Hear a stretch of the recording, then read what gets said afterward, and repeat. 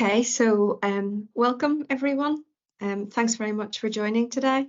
And this is our 31st Digital Dispatches. And this is another one in our little series of talking to staff members, clinicians, those that are already using Epic, that perhaps have used other systems and are going through optimization and have experience of using the Epic system. We're joined today by Zoe, and Zoe's an occupational therapist in Great Ormond Street Hospital.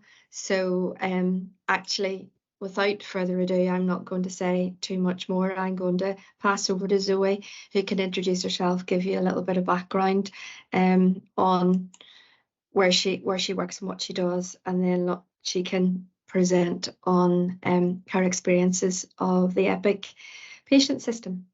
Thanks very much, Zoe. No problem. Thanks, Dawn. Can everyone just like thumbs up if they can hear me okay? Yeah, perfect. I'm sure you can tell that I am from home. I'm from Belfast, so I can try and give you a bit of views of both sides. I'm aware how frustrating digital systems and EPR are, especially when you're about to go through a change. I haven't done it in terms of Epic, but I have done it in terms of other ones. But I'm going to try and motivate you just a little bit because I wouldn't say that I am the most digitally amazing person, but I think we're all encouraged that we're going to have to be a little bit more digitally inclined. So I have used Rio. I don't know if anyone has used that, and I've used System One as another system, and I've used Paris, which is what I used when I was back in Belfast. I work in outpatients in neurodisability as the clinical lead occupational therapist. So I'm using it as a system like clinically for my notes and things, but I'm also looking at using it in the future as more as a system to help me gather data actually about my team to sort of promote the impact that OT has on services as well. So, that's just to give you an idea of kind of how big Epic can be used. I've only been using it for about 2 years, so I am still quite new. But watching other people around the hospital use it for certain things has definitely motivated me to think about how I can really individualize it for the OT team and outpatients, which is quite exciting actually. So I'll get a bit more to that later on though. Obviously in our lives day to day, we use technology for finances, social, shopping, for everything. And I suppose work is always the last one to kind of creep up and join. But we are in a bit of a digital era, and I'm just gonna sorry, I just realized I started without putting my slides up, which is a great start. And there is a really good piece of documentation that I know related to NHS England, but actually as EHPs, I think it's really interesting to use as a framework for people that are new to the just digital world. And I've put that on the bottom of that first slide. So it's called the Digital Framework for EHPs. I think what's important to try and just get in your head, especially if you are a senior or a leader or a manager, is that we kind of are all requested to sort of be digitally ready EHP services. Now, that's at your first level. So what that really means is getting everyone up to the same basis of knowing on digital systems how to put appointments on, how to change patient records, how to upload documents, like the basis. And that varies, I think, across a whole team.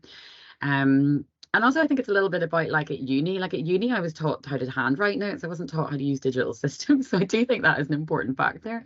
I also think what's important is the next step after that, once you've got everyone in that stage up to a really good standardized area, is to think about being a digitally mature service. So thinking about how do you effectively use the system to benefit your team, your service, and your outcomes for patients. And then the next stage after that, which is where I'm sort of starting to get to, is to think about being a data-enabled service. So the amazing thing about these systems is that we can use them to store data about certain things relating to KPIs, relating to patient experiences.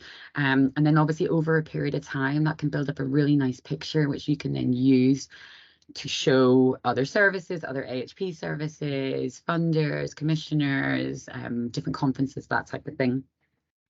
So I think that's how that framework has helped me to understand the use of it. So I suppose when I started using Epic, I thought, well, I'm going to have to go through these 3 stages.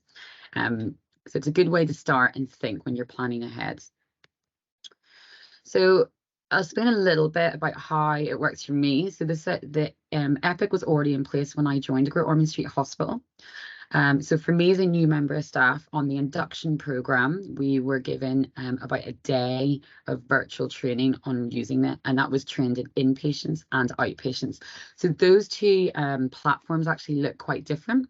In my role, I do outpatients and I also do inpatients. So you just have to learn to manoeuvre across sort of 2 screens in some way. And then we actually, in the first day really of induction with our students, we get them trained in it straight away. Now their training is very, very condensed, and really it involves them learning to do the absolute basics, but knowing how to safely and efficiently move around the system. I think this is a great skill for students, just because obviously they're going to have to learn to use lots of different systems and placements, and I think systems are going to keep changing as we keep working in the NHS. So it also gives them quite a bit of independence and those like beginning of professional skills, because actually learning to use a system is very different from just the clinical side of things. But it being a very condensed program, and we worked very closely with our quality improvement team to develop that, there was able to be more focus on their clinical skills, and also they weren't having to spend hours and hours on an electronic system because we just given them the basic features of what to do and not like the huge training that we do. Other things that we get in terms of support is we get a weekly bulletin which tells us of upcoming major changes. So if they're telling us that a button has been moved to make it more efficient for us therapists who are using it on the platform, or it's changed color, we'll know about it straight away. It tells us if there's any down times, where they're updating the system. I haven't really encountered many of those in my working day, if I'm honest, but maybe if you're doing more evenings or shift work, it might be down for an hour or 2, but you're given plenty of notice from the team. I would say that Epic support team and customer service teams are really helpful. I have contacted them loads about lots of random questions and how to personalize my platform, and they're very willing to meet one-to-one. So I'm hoping that you will have the same thing. We also tend to have link people with Epic with our departments, which is really nice because they get to know our service, what we want and what we want our platform and the EPR system to visually look like or achieve. Also, when you're on it, there are different themes of how to do appointments or outcomes or things like that, like tip sheets that are available right there on the platform, and they have profession specific ones. So the way that I work will be completely different to the way the doctors work in my service. And I think that's really helpful, rather than going through reams and reams of written manuals of stuff. Actually, you can just go and get things really efficiently. We also have extra training on what we call our online learning and development for the trust, where people have made small videos about very niche things to do with Epic from what other teams have achieved. So that's quite nice, and we can go in and do that in our spare time. So I'm hoping that you will also kind of get the same setup and service as we did. Obviously that takes time, and with it being 2 years, we very much have a good bank of videos, so it's really good to think about what you can do and change to it. When I was thinking about writing this, I was thinking, how can I make Epic, well, more interesting than it is, if I'm honest? And I thought I would do a SWOT analysis. I just thought that would be much, much easier. I would like to also say that I work in a multidisciplinary setting and team.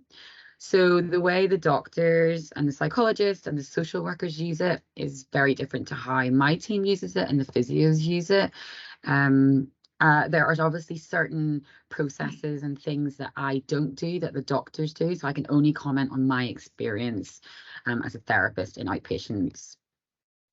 So the strengths that I felt it had was what I think the most beneficial for me, especially in terms of like when we have new patients or reviewing patients, is I can access the old records, so all the old notes, all the old things from externally that have been uploaded into the media section, and old reports, letters, lab results, everything like that, while I'm writing my new note. So if I'm doing a prep for a clinic or planning for an outreach visit or something like that, I can almost have them like side by side, and that's so good. Instead of having to like search through stuff, write it on something else, handwrite it, you can literally just cut and paste it across. So that's a real time saver. We have made our own specific report and note templates.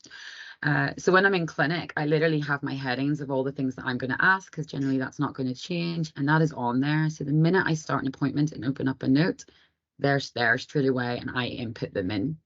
And the same with reports. So when I do an appointment and say I'm just going to write a report afterwards to send out to the community network, or if I'm on an outreach visit, I have different templates for different reports required, and that really cuts out a lot of time, and all the demographics are filled in, and I think that's really helpful.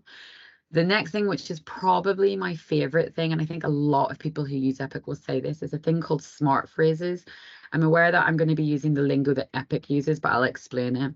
A smart phrase is where you build, it's almost like predicted text is the way I can explain it, but you build in specific things that you need. So as an occupational therapist, if I'm writing recommendations regarding handwriting, hypermobility, posture, or if I want to have lots of equipment that I want to write about, I'll have literally made something which is like a bank of phrases and terminologies, paragraphs that stays in it. So then literally all I do is, for example, go ... my name and the start of what it is.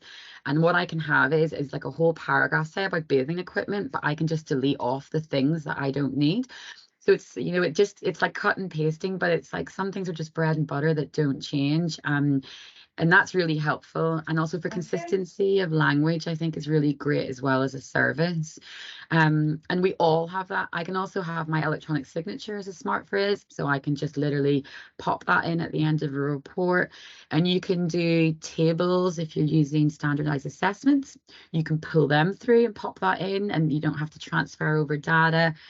That for me is that there's a lot of non-transferring of data in complicated ways. Like there's a lot of steps cut out. And I think like when you're in a rush, which we all are, that's what makes it for me much better than other systems.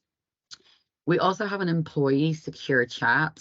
So instead of having to send, say, patient updates to your whole team on an email, then uploading it onto the system, you literally send it in your employee secure chat, and that is then saved to the patient's case file with all the relevant information that they need for it to be part of like a confidential record. So we started using that. So actually I get a lot less emails. Now you do have a different inbox within Epic, but you don't have to then upload it at a separate time, and it's on there. And every time someone adds into that conversation, it just adds into the thing that's already on Epic. So that's really helpful. And then it tells me if I haven't done things or have made mistakes before it closes, which is really helpful when you're in a rush. So if I haven't done like my route to referral, and said if I'm going to contact them again and that side of things, if I haven't filled in my time use as well, and or if I haven't linked it to a diagnosis, or if I haven't linked it in certain ways that are required for like KPIs or just departmental things, it will tell me, which is great. Okay, weaknesses. Everyone says this, and I'm sure you've heard it, but it's going to be difficult to navigate as a beginner. Any new system is difficult to navigate as a beginner, but this one is written a bit in an American language, so it takes a little bit of time to get used to.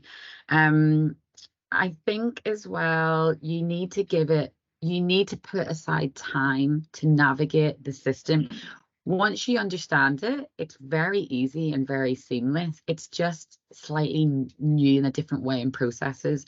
So that bit isn't obviously going to slow you down, and that's going to affect on the clinical side of things. And I think it's about thinking as well about who you have in your team. So obviously people have different levels of confidence with the digital world. And I think it's important, especially as supervisors, to incorporate that in, especially in terms of clinical, because it can be quite stressful if you're trying to get things done and you're in a bit of a strict timeline. When you do make mistakes on it, say you put an appointment on by accident, or you start a letter or a note by accident, or it can be difficult to get rid of that error. You can't just do it yourself. You have to phone up the Epic team to remove it.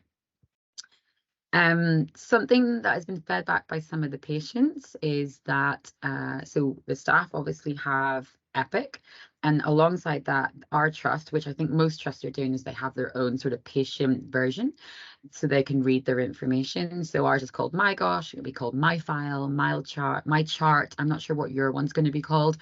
If you put an appointment on there and say the appointment has to be rescheduled, deleted, or removed, or you do an appointment that's like a professional meeting that's not a face-to-face direct one with the patient, what will happen is that appointment will go on their app, and then they think, oh, I've got to go somewhere, am I late, have I missed it? So you're might have to phone them to let them know that that's not for them directly. If it's changed or rescheduled, the appointment just disappears without really any information of why, and that could be a little confusing. I think, it's best practice that we phone our patients anyway and tell them kind of what's going on. So normally it doesn't happen too often, but I think with new patients, they tend to be the ones that highlight it.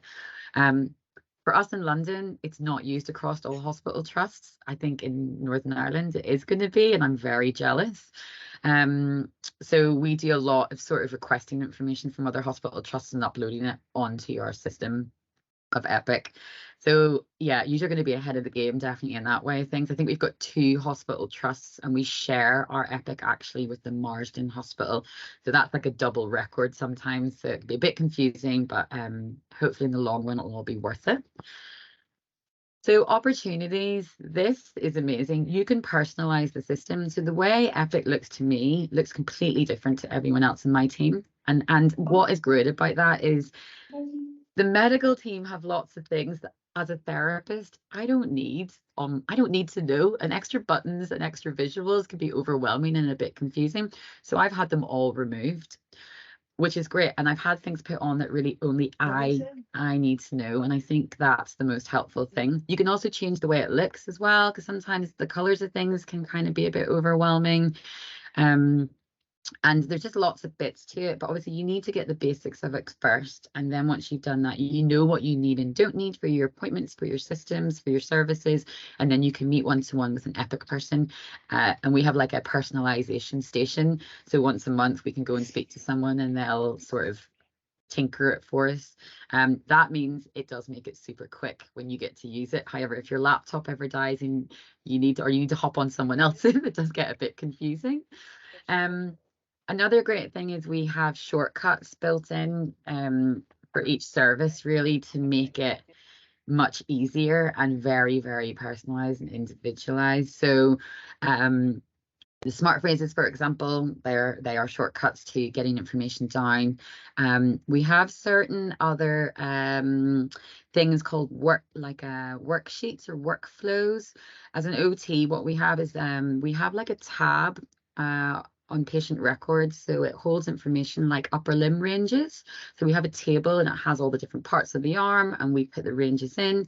We have one for wheelchair provision, so we put our measurements in and the accessories, and it's literally just like a tick box, or you put in the data of the ranges.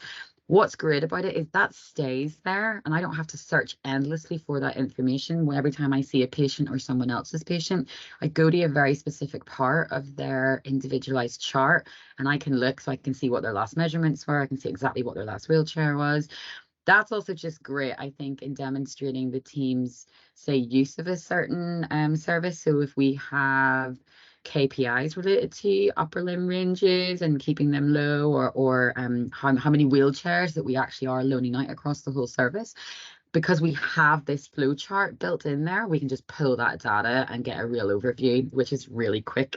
Instead of also having those endless Excel spreadsheets that get corrupted, you're terrified of constantly losing data. So I think we're beginning to use it in that way. Still quite new, still learning how to do it. We also have on that, and say in terms of wheelchair provision, is like a patient contract and some advice. We have that built straight into Epic. So literally we just print it off Epic, it saves it to its file, and we give it to the family instead of having to go into other folders, print things off, personalize things.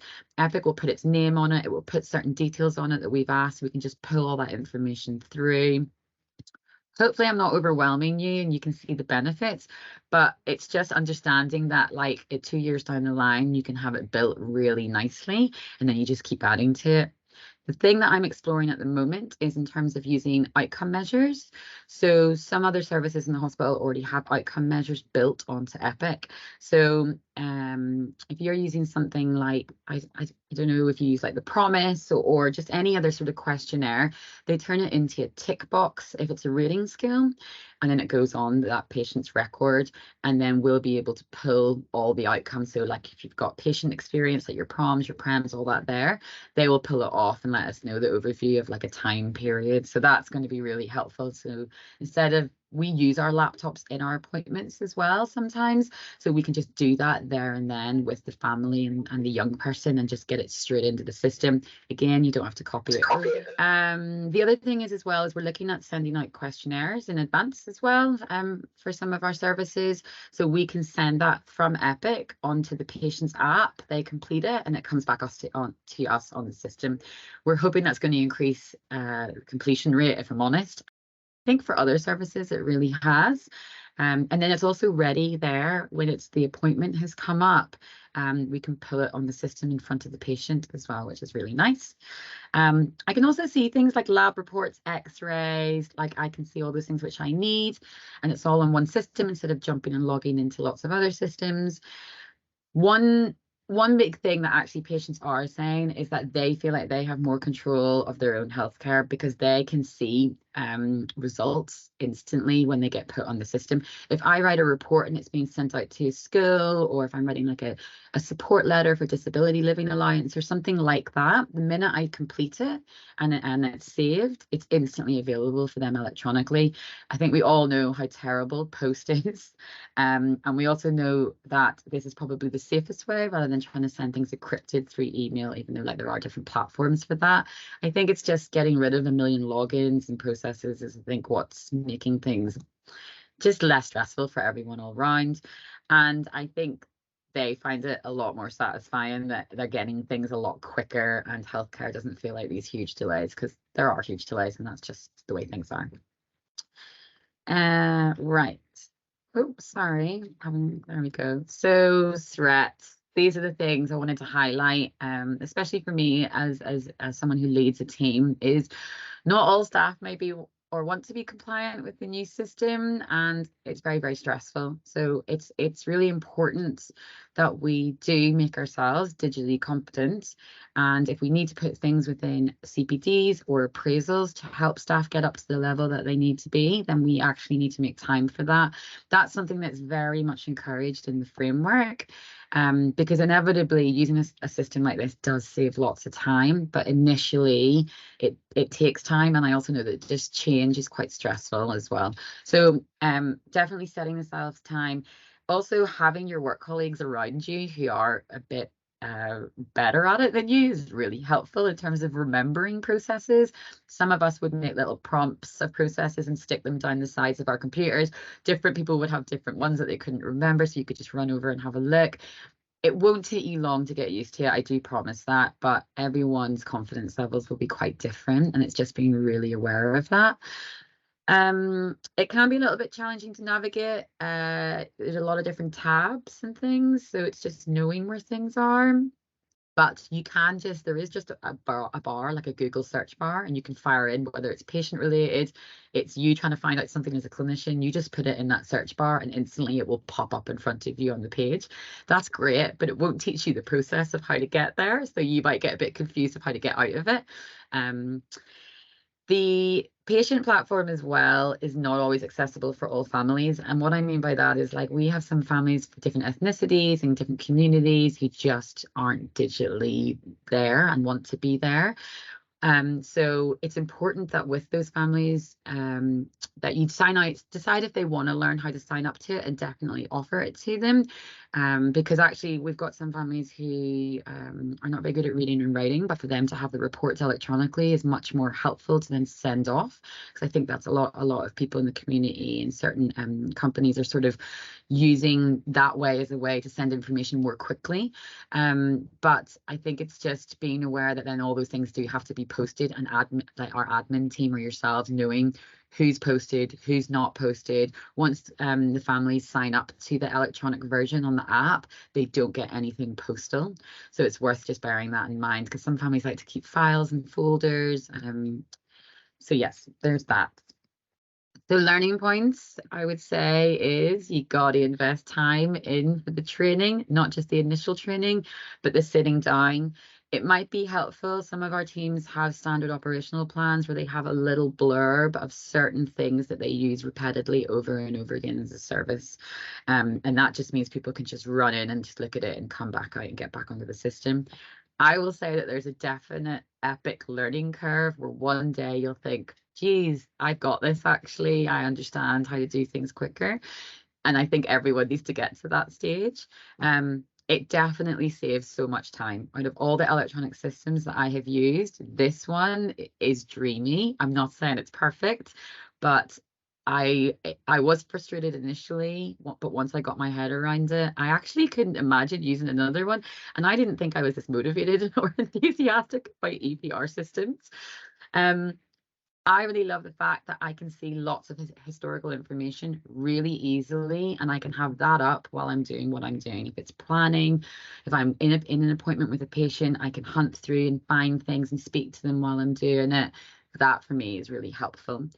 Customizing the system for me personally and for my team, that I'm getting really into and I'm very excited about, because I think it's going to do some real wonders for us in the future and really demonstrate the impact of OT. And I think as an AHP, we need to do a bit more of that. The MDT communication has definitely improved more because we're all talking on the system. I can also see every service, every clinician's notes that's ever involved as well. So social workers, psychologists, radiologists, I can see everything amongst my notes. So that's really helpful. And again, the patients have a bit more control of their information. I'm not being contacted constantly, and our admin team isn't also to be resending out information, which I think takes a lot of time. There's a lot of finger pointing. There can be delays. I would say that a lot of that has reduced. So that's why I think there's a lot of patient satisfaction. And that is everything. So hopefully you'll all be okay. I promise you will be. But if you have any questions, I'm happy to give them a go. Thanks very much, Zoe. That's brilliant. Give us an overall view of all the highs and the lows, and as you say, the what they expect. It'll be challenging to start with. We haven't any questions in the chat at the minute, but I'll open the floor up if anyone wants to put their hand up or wants to come on and ask. Deborah, yes, you have a question for Zoe? Oh, you're on mute.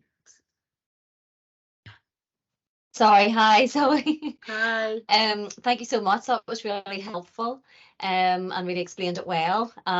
So I just wanted to check with you to say you were talking about the when you go in and you can look at the historical patient notes. How was that information put there? In other words, who put it there? You see, because I haven't been here from the very start of it being handed over, but normally the Epic team works with people before and then they transfer everything over. Like other systems, the really old stuff probably isn't labeled well, which is why the search bar where you can just search a word will bring up a word in a document that's like uploaded from like an old report 5 years ago, and it will bring up the times and everything, so you can just literally put your mouse on it and it blows it up so you can get a bigger picture and then you can move on to the next one. So in that ways that's helpful. In terms of who actually physically does it, I can't answer that. I'm really sorry. It's not the clinicians is what I understand. Okay, no, that's okay. Yeah, it was raised as another issue, and I'm not sure who really knows the answer to that, to be honest with you. I've asked that a few times, so I'm hoping that's like grand. it's all planned for you since you're starting next week, right? So it's probably maybe there. don't know. Well, I'm in a Uh, different trust, so I'm not in the Southeastern Trust, but it's just to know in advance. But thank you very much.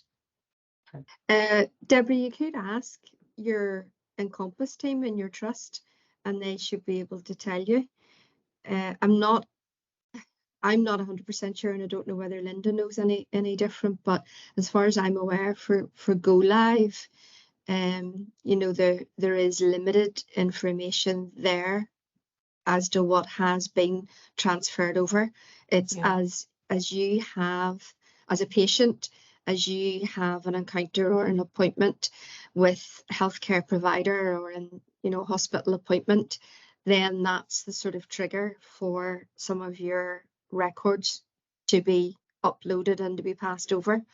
And then obviously as we go live in the other trust, that expands out. But you could ask your Encompass team that. They should be able to answer that for you. Yeah, no, that's grand. Thank you. Right. I can see some questions in yeah. the chat bar. So Kelly, you asked about patient account logins.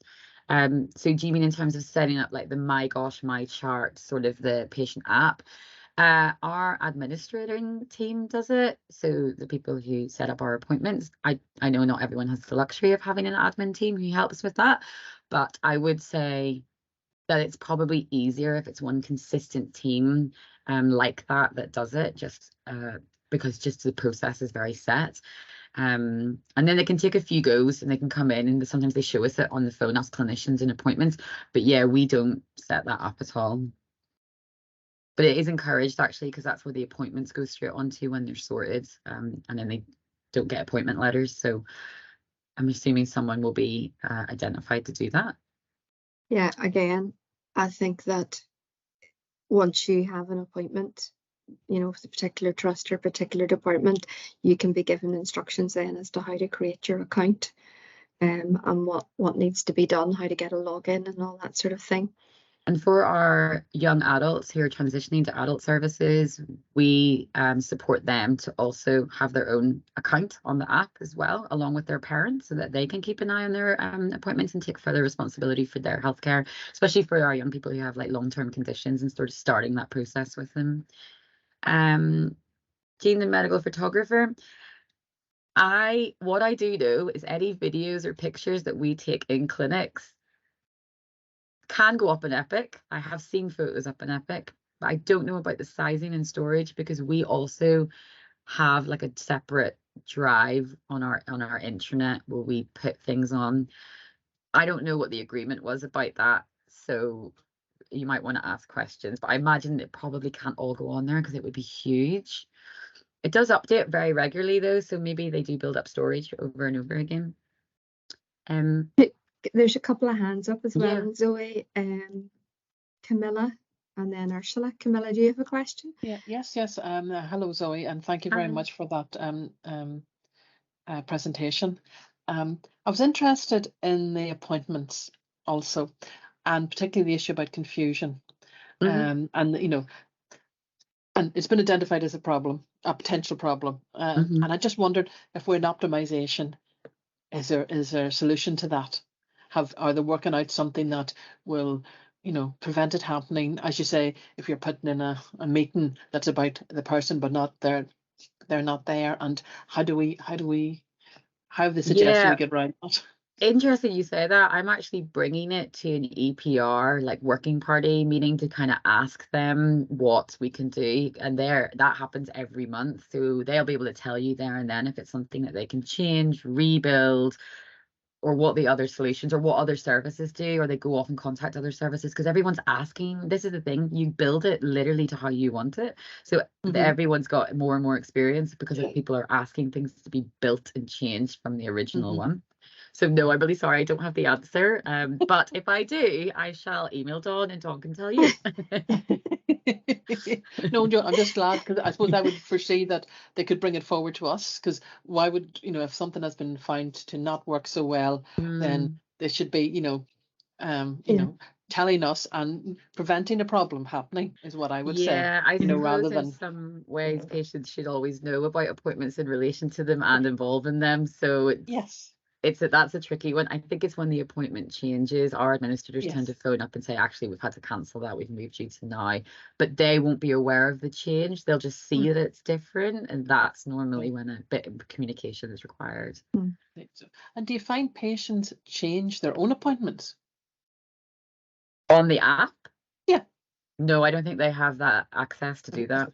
Right, okay. That's interesting to know. That's grand. Lovely, thank you very much. No problem. Thanks, Camilla.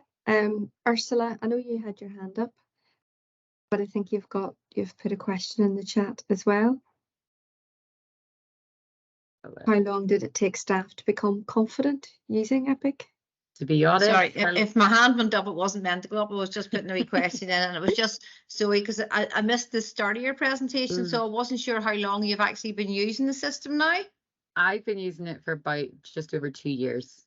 Okay, so I mean, how long would you say it took, you know, from the start for people to start feeling comfortable using it? You know, because obviously it's going to take a bit of time, as you have said. It'll take time for people to get used to it.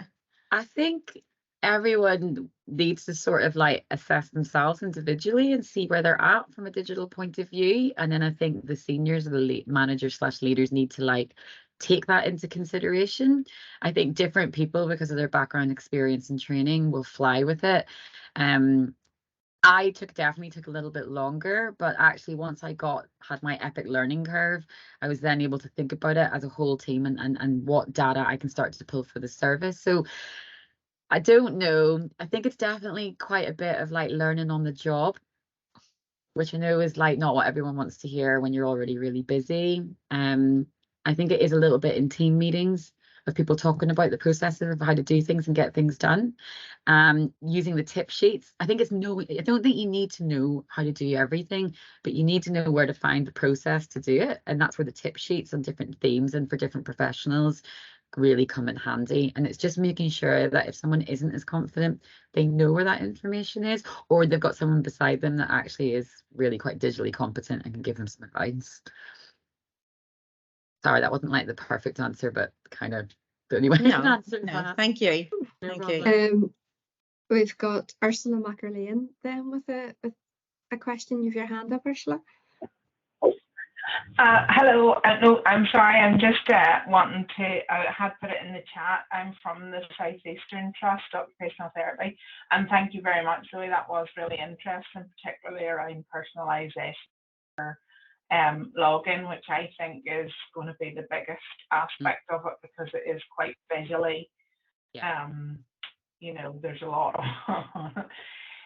But what I did want to say, just I put it in the chat, was that we have, for the Southeastern Trust, we have some videos on the learning portal. If you search AHP Encompass videos, there's some videos and workflows there that we've been trying to put up, just to give people that wee bit of guidance. But I think it's like you said, Zoe, it's really the play area is great to have an overview of what it looks like, but I think it's not until you have actual patients on where you can actually do a referral or add a person or those kind of things that it will become clearer. But thank you very much. No problems. One thing I will say, the framework that I mentioned earlier, the AHP digital framework, it's not just specific to EPR, but they do have a checklist that you can do with staff. So I'm actually going to do a bit of an audit across my whole OT team just to see where everyone is at, to see if there's any gaps or training that I can get for the team. And then if you think about the training that you're given on Epic, our trainers give us like a checklist of like, you know, how to upload something, how to make a referral, like how to find contact, like patient contact information. We had a checklist, and I would think that you could review that checklist after a certain period of time with your staff and make sure everyone's up to scratch. The thing to say as well is when we have students, us as the educators, we have to give that training to the students. So we would have that checklist and just go through the basics, and then they watch a video to kind of complement what we've shown them, and then they get access. So I think that's a really good starting place for everyone to be at, to know how to do the basics.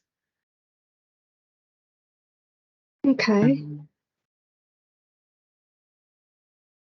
Oh, yes, we did answer the question about medical photography. I was saying that there are some photographs on Epic, definitely in relation to children and we're like looking at bruising or like surgical stuff, that definitely is on there. In terms of videos, I don't know if that's on there.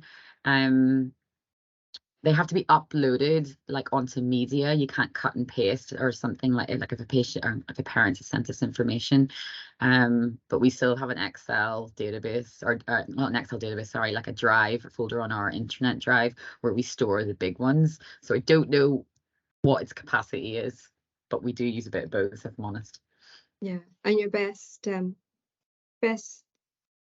checking that one with your Encompass team there, Jenny. I think that would be the best thing for your trust to see what that particular area's plans are and what they're doing. Mm-hmm. Anyone else? Any questions? Anyone for any more? I think Ursula's hand and maybe just still up from previously. Oh, sorry, I just had a question. You're okay. I just Okay. wanted to make sure that there was no more questions in the chat. Did you find, or I suppose did you find a lot of change in the documentation or the way that you process things through the optimization period? Or I suppose it's always ongoing, but during that period, was there any significant changes? I think because it was already in place when I came to the trust. So that sort of initial changeover I wasn't part of. But do you mean in terms of me just using it compared to others? Sorry, yeah, no, I just meant like I suppose when you're looking at aspects of how the processes work at the minute, I think sometimes it's not until you're using it that you realize that you didn't need that large chunk of information, but actually maybe you needed this. But I suppose, as you say, those might have been more prominent earlier on. Yeah, I think one thing that all those templates and things that you cut and paste from and have, I think thinking about as a service or as a team, the things that you can put up on that will save you time. It's probably like a really good thing to prioritize in your next team meetings, and then speaking with the Epic team to build your smart phrases and those workflow sheets. I think that's where you'll really start to feel the benefits of it once you get used to maneuvering around it. Sounds good. There's no more questions in the chat, so I think that might be us coming to an end. No one has anything else they'd like to ask Zoe? No, I'm really happy to be contacted by any of the OTs on the call who want to look at sort of using it in that way, because that does take time. And I think hearing examples about it, as I'm hearing examples about dietetics and what they're doing and kind of copying them a little bit, I'm happy to share sort of how we got there and what's happened, really, if that's helpful. Thanks very much, Zoe. That's brilliant. Thank you. And just to remind everyone, to say this is recorded and we will subtitle it and then put it up on our DHCNI website and on our YouTube channel for anyone that either wants to go back and revisit it or advise your colleagues if they missed it today that they can watch it there. It'll be up in about a week or so, all subtitled. And then just a little reminder that the next Digital Dispatches is the first Friday in December, which I think is actually the 1st of December, and that one will be Dan West, the Chief Digital Information Officer, doing a little bit of a roundup on where we are with some of the introduction or implementation of some of our other digital programs across health and social care. And again, that will be at 1 o'clock. So just to say thank you again, Zoe, for coming and chatting to us. And thank you very much, everyone, for joining. Thank you. See you next time. Thank you. Bye.